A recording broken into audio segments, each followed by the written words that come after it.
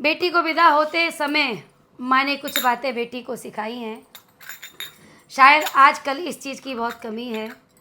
चलते समय बेटियों को तो बात कर नहीं पाते, क्योंकि मैरिज होमों से बेटियां विदा हो जाती हैं। जब घर से बेटी विदा होती थी तो कान में ही कह देती थी माँ। हमसे भी कहा था कुछ माँ ने, उसको हमने आज तक अपने पल्ले में बांधे रखा है। चलते समय माँ ने 2 शब्द कहे थे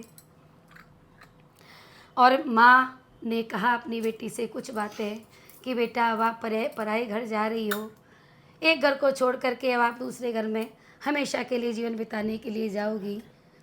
कुछ बातें आपको अच्छी लगेंगी, कुछ आपको बातें अच्छी नहीं लगेंगी, क्योंकि हर घर के रीति रिवाज अलग होते हैं।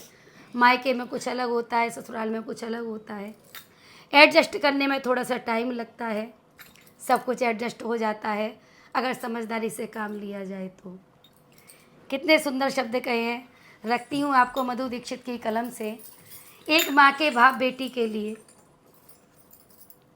गाने से पहले तो ये रोवे लग गई, दोबारा से शुरू कर रही हूँ। एक बार आधा गाना गा के छोड़ चुकी हूँ, फिर से शुरू करती हूँ अगर गाना पूरा करने दे तो।